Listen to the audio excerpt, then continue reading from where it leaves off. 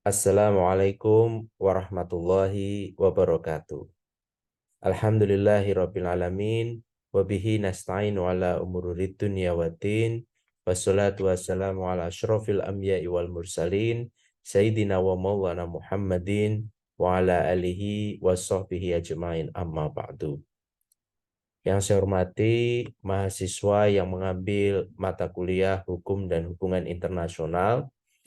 Hari ini kita akan membahas dengan bahasan materi kuliah berkaitan tentang prinsip-prinsip utama di dalam hukum ekonomi internasional. Yang pertama harus kita pelajari dulu definisi dari hukum ekonomi internasional. Apa itu hukum ekonomi internasional? Menurut Profesor George Wasenberger, dia mengatakan the branch of international public law which is concerned with the ownership and exploitations of natural resources, production and distribution of goods in visible international transactions of an economic and financial character, currency and finance, related services and organizations of the entities in such activities. Jadi kalau menurut kata Profesor George Wasenberger, hukum ekonomi internasional itu adalah salah satu cabang dari hukum publik internasional atau hukum internasional publik atau sering kita kenal dengan istilah hukum internasional. Di mana di dalam aturan hukum ekonomi internasional itu lebih mencakup pada aturan-aturan bagaimana melakukan eksploitasi sumber daya alam, memproduksi, dan termasuk mendistribusikan barang, termasuk bagaimana mengatur transaksi-transaksi bisnis dan keuangan internasional. Jadi di dalam hukum ekonomi internasional lebih cenderung kepada bagaimana setiap individu atau badan hukum atau negara mereka melakukan kegiatan-kegiatan yang sifatnya transnasional dalam bidang bisnis.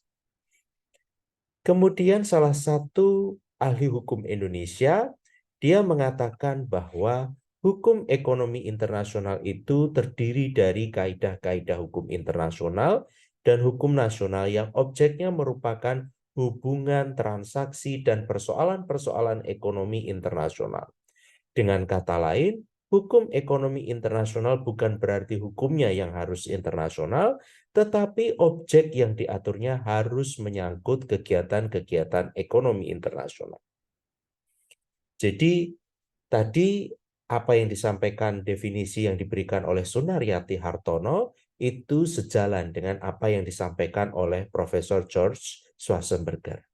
Bahwa objeknya yang diatur di dalam hukum ekonomi internasional itu ya hubungan, transaksi, dan persoalan-persoalan ekonomi internasional, dan objeknya ini mengandung kegiatan yang sifatnya transnasional atau internasional. Nah, di dalam prakteknya ada banyak ragam istilah dari hukum ekonomi internasional.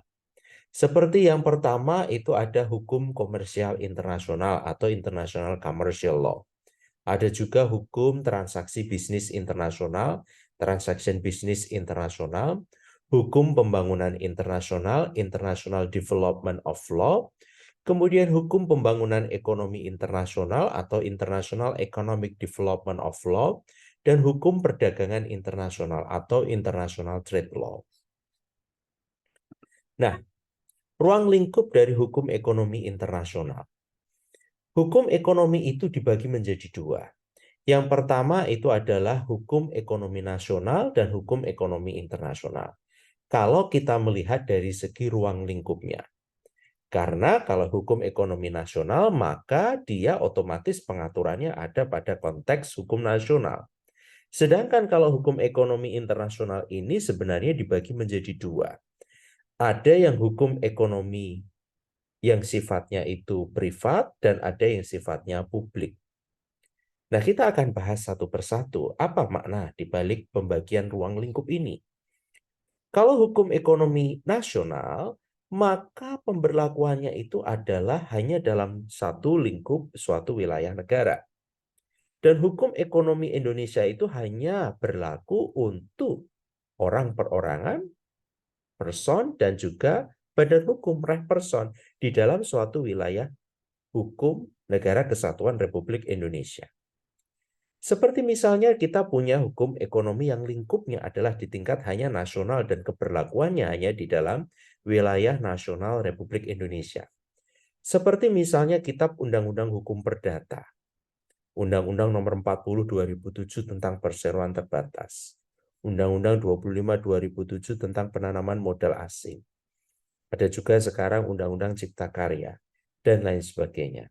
Ini semua pemberlakuannya hanya untuk mengatur objek-objek yang sifatnya adalah ekonomi itu tadi, hubungan, transaksi, dan lain sebagainya. Bagaimana dengan kemudian adanya hukum ekonomi internasional privat?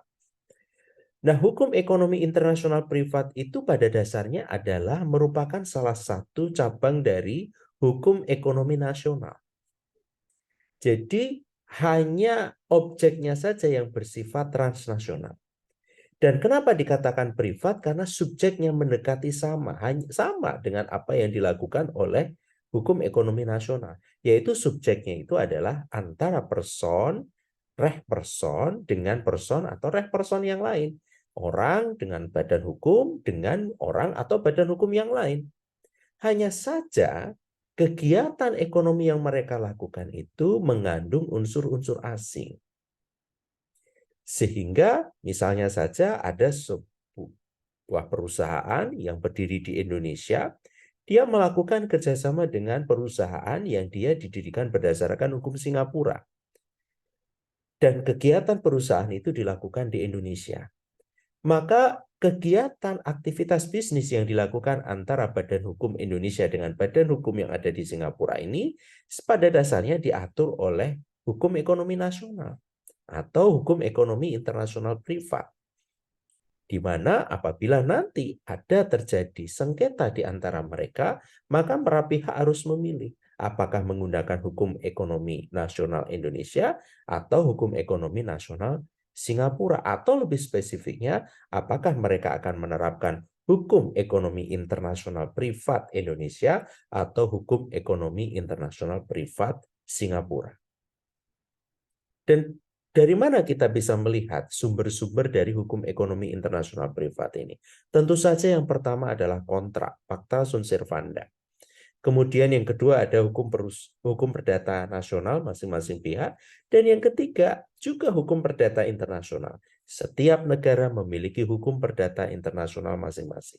Indonesia punya HPI sendiri. Singapura punya HPI sendiri. Belanda pun juga punya HPI sendiri. Bahkan Kitab Undang-Undang Hukum Perdata yang kita sekarang anut dari Belanda, di Belanda sendiri sekarang mereka sudah mengembangkannya, dan buku 9 di dalam KUHP mereka itu sudah mengatur tentang hukum perdata internasional. Bagaimana dengan hukum ekonomi internasional publik? Sedangkan kalau hukum ekonomi internasional publik, subjek dan entitas yang melakukan kegiatan hukum ekonomi internasional bukanlah orang perorangan atau badan hukum, tetapi yang melakukan adalah negara atau organisasi internasional dengan negara atau organisasi internasional lain. Sehingga saat ini para pihaknya itu hanya ada dua ini, antara negara atau organisasi internasional. Mereka membentuk bukan kontrak, tetapi perjanjian internasional yang cakupannya adalah hal-hal yang sifatnya itu adalah publik. Seperti bagaimana mengatur sektor keuangan antara negara satu dengan negara lainnya. Bagaimana mengatur, bagaimana mungkin terkait dengan bagaimana packaging selama COVID-19.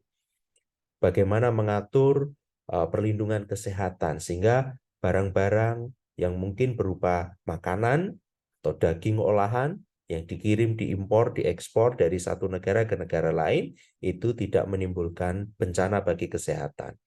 Jadi sektor-sektor yang gesekan itu dengan publik, ranah-ranah publik. Dan sumber dari hukum ekonomi internasional publik itu adalah sama dengan sumber hukum internasional, yaitu diatur pada pasal 38 ayat 1 Statuta Mahkamah nasional. Kita lanjutkan materi kita. Ketika kita sudah tahu pembedaan di antara ketiganya, itu dilihat dari subjeknya pada dasarnya. Tetapi kemudian pertanyaannya sekarang, perkembangannya adalah, apakah mungkin negara itu melakukan kegiatan ekonomi dengan person, orang perorangan? Untuk saat ini saya kira bisa dikatakan mungkin, bisa dikatakan tidak mungkin. Kalau dikatakan mungkin itu lebih kepada ruang lingkup transaksi bisnis yang sifatnya itu mungkin tidak terlalu besar.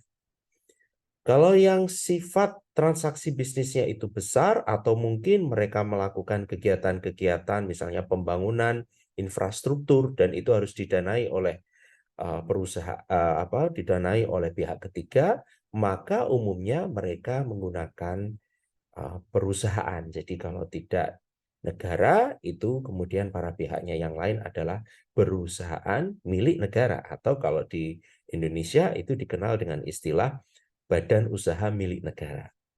Sedangkan kalau di negara lain itu juga hampir demikian sama. Karena apa? Karena perusahaan itu menjadi entitas yang bertanggung jawab, bukan orang perorangan. Kalau kita skala bisnis investasinya itu tinggi sekali, akan sangat susah apabila ini hanya di-handle oleh orang perorangan. Sehingga perlu dibutuhkan yang adanya entitas perusahaan yang saat ini sering dikenal dengan limited liability company atau dalam bentuk perseroan terbatas. Karena strukturnya jelas, modalnya jelas, dan cara mereka bekerja juga jelas karena diatur di dalam anggaran dasar perseroan. Dan tentu saja apabila negara melakukan kegiatan-kegiatan bisnis, maka ada catatan dan ada aturan yang diatur di dalam Konvensi PBB tentang kekebalan yurisdiksi bagi negara dan propertinya. Misalnya saja Pertamina kita melakukan kerjasama dengan Freeport-McMoRan atau Pertamina melakukan kerjasama dengan perusahaan asing yang ada di luar Indonesia. Maka ketika mereka sepakat di dalam kontrak bahwa mereka akan melakukan eksplorasi atau pengeboran minyak di dalam wilayah Indonesia, maka ketika terjadi sengketa dan Pertamina digugat di pengadilan nasional yang ada di negara lain, maka Pertamina tidak bisa meminta atau menggunakan dasar imunitas negara untuk tidak bertanggung jawab atas sengketa yang timbul. Sekalipun mereka itu adalah badan usaha milik negara. Karena negara, kemarin kita belajar, diplomatik dalam hubungan diplomatik dan hukum konsuler, itu diberikan proteksi yang berupa kekebalan yurisdiksional. Negara boleh tidak hadir di dalam forum pengadilan internasional, di dalam forum pengadilan nasional, apabila mereka digugat dan mengatakan bahwa kami memiliki kekebalan. Dan itu dilindungi di dalam Konvensi Wina 1961, 1963 tentang hubungan konsuler, 61 tentang hubungan diplomatik. Sehingga kemudian apabila negara digugat di negara lain dan ini esensi gugatannya itu adalah lebih kepada contractual agreement, kerjasama di bidang kontraktual, di bidang transaksi komersial, menurut pasal 10 konvensi ini, maka negara, the state cannot invoke immunity. Negara tidak dapat mengajukan, mengeklaim bahwa mereka memiliki kekebalan. Aturan ini semata-mata ditujukan adanya asas keadilan. Sehingga apabila para pihak investor-investor asing, mereka melakukan kerjasama di bidang transaksi bisnis dengan atau investasi atau pembangunan infrastruktur dengan negara, maka negara tidak boleh menggunakan asas kekebalan, perlindungan kekebalan yurisdiksional untuk menghindari tanggung jawab apabila ternyata timbul kerugian. Nah, subjek hukum ekonomi internasional. Subjek hukum ekonomi internasional itu ada setidaknya ada 3 yang menurut buku-buku yang kita baca itu ada 3. Yang pertama itu adalah negara, yang kedua adalah organisasi ekonomi internasional, yang ketiga adalah person atau orang perorangan. Memang dalam perkembangannya sekarang orang perorangan atau badan hukum sudah mulai mereka melakukan kegiatan-kegiatan transaksi bisnis internasional yang sifatnya mungkin lintas batas negara. Tetapi seperti yang kita sampaikan tadi, batasan-batasannya jelas. Bahwa memang dalam praktek sangat tidak mungkin negara melakukan kerjasama pembangunan infrastruktur dengan orang per orang. Karena bagaimana mereka melakukan, mengeklaim tanggung jawab, dan lain sebagainya akan sangat susah sekali. Tetapi umumnya cenderungnya menggunakan kerjasama, lakukan kerjasama dengan badan hukum. Nah, apa saja bentuk-bentuk transaksi ekonomi internasional? Bisa berupa perpindahan barang dari suatu negara ke negara lain. Perpindahan orang, karena adanya jasa. Kemudian perpindahan jasa, perpindahan modal, dan perpindahan uang. Konsep ini sebenarnya juga diatur di dalam kesepakatan Uni Eropa, di mana di Uni Eropa, di ASEAN, ketika mereka bersepakat untuk bersatu di Uni Eropa dan negara-negara ASEAN bersepakat di dalam wadah ASEAN, mereka bersepakat bahwa mereka memiliki kebebasan perpindahan barang, orang, jasa, uang, modal. Nah, itu menjadi pilar bagaimana mereka melakukan transaksi ekonomi internasional. Nah, apa saja prinsip-prinsip di dalam hukum ekonomi internasional? Ada beberapa prinsip yang akan kita pelajari dan ini menjadi dasar fondasi ketika kita belajar di dalam hukum dan hubungan internasional. Seperti yang pertama ada prinsip non-diskriminasi, yang kedua ada prinsip pengikatan tarif, yang ketiga ada prinsip perlakuan khusus dan berbeda bagi negara-negara berkembang. Nah, prinsip perlakuan nasional. Prinsip non-diskriminasi itu salah satunya adalah prinsip perlakuan nasional atau national treatment. Di dalam prinsip ini diatur di dalam pasal 3 ayat 4, paragraf 4, di dalam General Agreement on Tariff on Trade. Ini adalah salah satu perjanjian multilateral yang disepakati di bawah skema Organisasi Perdagangan Dunia. Di mana prinsip ini mensyaratkan suatu negara untuk memberlakukan hukum yang sama terhadap barang, jasa, atau modal asing yang masuk ke dalam negerinya dengan hukum yang diterapkan terhadap barang, jasa, atau modal yang berasal dari dalam negerinya.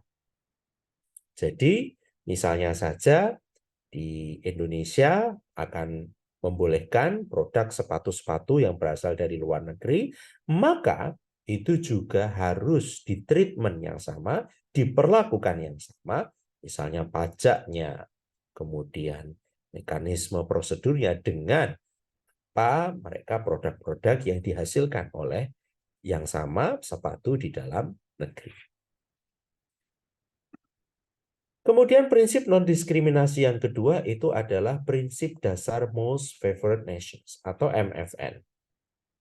Di mana di dalam prinsip ini mensyaratkan suatu negara harus memberikan hak kepada negara lainnya sebagaimana ia memberikan hak kepada negara ketiga. Contohnya saja misalnya, Indonesia menerapkan pajak bagi seluruh sepatu yang masuk dari Amerika Serikat. Indonesia juga menerapkan pajak bagi industri sepatu yang berasal dari Singapura. Maka pajak yang sama juga harus diterapkan kepada sepatu, industri sepatu yang berasal dari Filipina.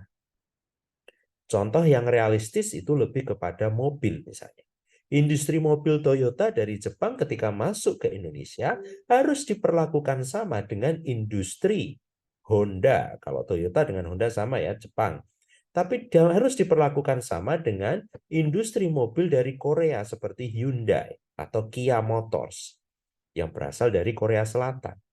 Jadi perlakuannya harus sama, termasuk mobil-mobil yang berasal dari Uni Eropa seperti misalnya Audi, BMW, atau dari Amerika Tesla dan lain sebagainya. Atau Cina ada Wuling. Industri tersebut harus mendapatkan perlakuan yang sama. Tidak boleh melakukan diskriminasi dalam perdagangan. Sehingga terjadi kompetisi yang adil, yang fair di dalam bisnis. Yang ketiga ada prinsip pengikatan tarif. Prinsip pengikatan atas tarif ini dimaksudkan untuk menciptakan prediktabilitas dalam urusan bisnis perdagangan internasional, yang artinya bahwa suatu negara tidak diperkenankan untuk sewenang-wenang mengubah atau menaikkan tarif bea masuk. Jadi Indonesia itu harus menerapkan tarif-tarifnya itu dengan jelas. Tidak boleh tarif itu berubah-ubah karena itu menyebabkan di dalam bisnis itu menjadi ketidakpastian. Setiap orang, bahkan kita sebagai konsumen juga butuh harga yang pasti. Kalaupun naik itu harus ada reasoningnya. Kenapa? Sehingga tarif itu harus betul-betul mengikat dan ditetapkan oleh negara. Sehingga barang-barang yang masuk itu jelas apa tarif-tarif yang harus diikuti. Kemudian prinsip perlakuan khusus dan berbeda bagi negara berkembang. Ini diatur di dalam pasal 36 General Agreement Tariff on Trade tahun 1994. Di mana untuk meningkatkan partisipasi negara-negara berkembang dalam perundingan perdagangan internasional, Special and Development Principle ini ditetapkan menjadi salah satu prinsip yang penting di dalam GATT. Ini yang menyebabkan banyak negara ikut bergabung di dalam organisasi perdagangan internasional karena dianggap mereka tahu suara-suara dan tahu situasi real yang terjadi di negara berkembang. Yang harus dibedakan dengan negara-negara maju yang proses industrialisasinya sudah jalan, kemampuan ekonominya sudah maju, dan lain sebagainya. Sehingga semua persetujuan WTO, persetujuan dari Organisasi Perdagangan Internasional, memiliki ketentuan yang mengatur perlakuan khusus yang berbeda bagi negara berkembang. Ini tujuannya untuk memberikan kemudahan-kemudahan bagi negara berkembang anggota Organisasi Perdagangan Internasional untuk melaksanakan persetujuan yang ditetapkan oleh Organisasi Perdagangan Internasional. Seperti misalnya masalah emisi karbon, tentu saja perlu ada perlakuan yang berbeda khusus kepada negara-negara berkembang. Meskipun mereka produksi karbonnya tinggi, tetapi mereka juga perlu diberikan sumbangan insentif atau bantuan yang jauh lebih besar. Karena mereka tidak memiliki teknologi, mereka butuh diberi bantuan bagaimana agar mereka mengurangi emisi karbon. Di tengah mereka juga harus melakukan proses industrialisasi. Nah, di dalam prakteknya, hukum ekonomi internasional itu ada pengecualiannya. Seperti misalnya pengecualian yang diberikan di dalam pasal 20 GATT, di mana diperkenankan negara itu melakukan diskriminasi, menghambat produk-produk dari luar negeri untuk masuk ke negaranya, apabila dengan tujuan untuk melindungi kesehatan manusia, hewan, tumbuh-tumbuhan, importasi barang yang bertentangan dengan moral, konservasi hutan, mencegah perdagangan barang-barang pusaka atau yang bernilai budaya, serta perdagangan emas. Seperti misalnya di dalam rokok. Rokok itu boleh kita melakukan diskriminasi, memberikan hambatan agar tidak serta-merta langsung masuk, diimpor oleh orang-orang Indonesia, perusahaan badan hukum di Indonesia. Karena dengan alasan kesehatan. Termasuk juga misalnya hewan, daging. Kita memberikan label halal itu sebagai salah satu bentuk label. Karena memang Indonesia sudah menyepakati di dalam mekanisme hukum nasionalnya. Barang yang masuk itu harus betul-betul teruji, tersertifikasi, dan pasti mendapatkan sertifikasi halal. Karena sebagian besar masyarakatnya itu adalah Muslim. Dan tumbuh-tumbuhan, jangan sampai kemudian yang masuk ke Indonesia adalah tumbuh-tumbuhan yang mana itu dipergunakan untuk narkotika dan obat-obatan terlarang. Karena mekanisme hukum Indonesia sudah jelas melarang peredaran itu untuk tujuan kesehatan, untuk perlindungan terhadap hewan dan tumbuh-tumbuhan. Jadi ada kepentingan umum yang diprioritaskan untuk melakukan diskriminasi atau memberikan hambatan atau tarif tambahan terhadap barang-barang atau jasa yang masuk dari negara lain. Nah, apa peran dari hukum ekonomi internasional? Ada banyak peran yang diberikan ketika kita belajar di dalam hukum ekonomi internasional. Tentu saja, yang pertama itu adalah memberikan kepastian hukum. Dan yang kedua, memberikan ketertiban hukum. Karena yang namanya orang bisnis itu membutuhkan situasi kepastian. Situasi yang tertib. Sehingga bisnis itu bisa berjalan dengan fair, kompetisi itu bisa berjalan dengan sehat, tanpa ada diskriminasi, tanpa ada berat sebelah, sehingga menyebabkan kekacauan ekonomi. Saudara bisa paham mengapa negara melakukan pengendalian harga, misalnya harga beras dan lain sebagainya. Itu tujuan utamanya adalah untuk menciptakan kepastian hukum dan melindungi mereka-mereka yang harus dilindungi seperti para petani. Dan para pengusaha juga membutuhkan kepastian. Misalnya ketika mereka harus mengimpor produk-produk dalam negeri, mereka harus diperlakukan sama. Dan mereka harus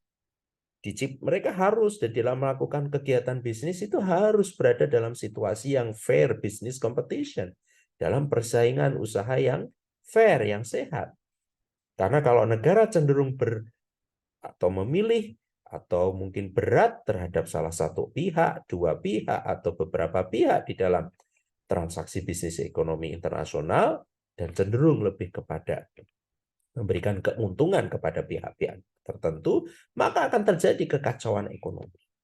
Ada terjadinya monopoli. Ingat, monopoli itu tidak sehat. Bisa jadi seorang pengusaha, karena adanya dukungan dari pemerintah, dia bisa mengendalikan harga. Dan itu menyebabkan harga-harga itu menjadi tinggi dan tidak sesuai dengan kebutuhan dan situasi real yang ada di masyarakat. Saya kira itu saja yang mungkin bisa kami sampaikan, dan ini menjadi perkuliahan kita terakhir sebelum UTS. Saya berharap teman-teman semua bisa belajar mulai dari definisi hubungan dari hukum internasional dan hubungan internasional sampai kepada kita belajar hukum perjanjian internasional, dan juga kita belajar hukum diplomatik dan konsuler, dan juga kita belajar terkait dengan hukum ekonomi internasional. Selamat belajar, dan kita akan bertemu setelah TS. Terima kasih. Wassalamualaikum warahmatullahi wabarakatuh.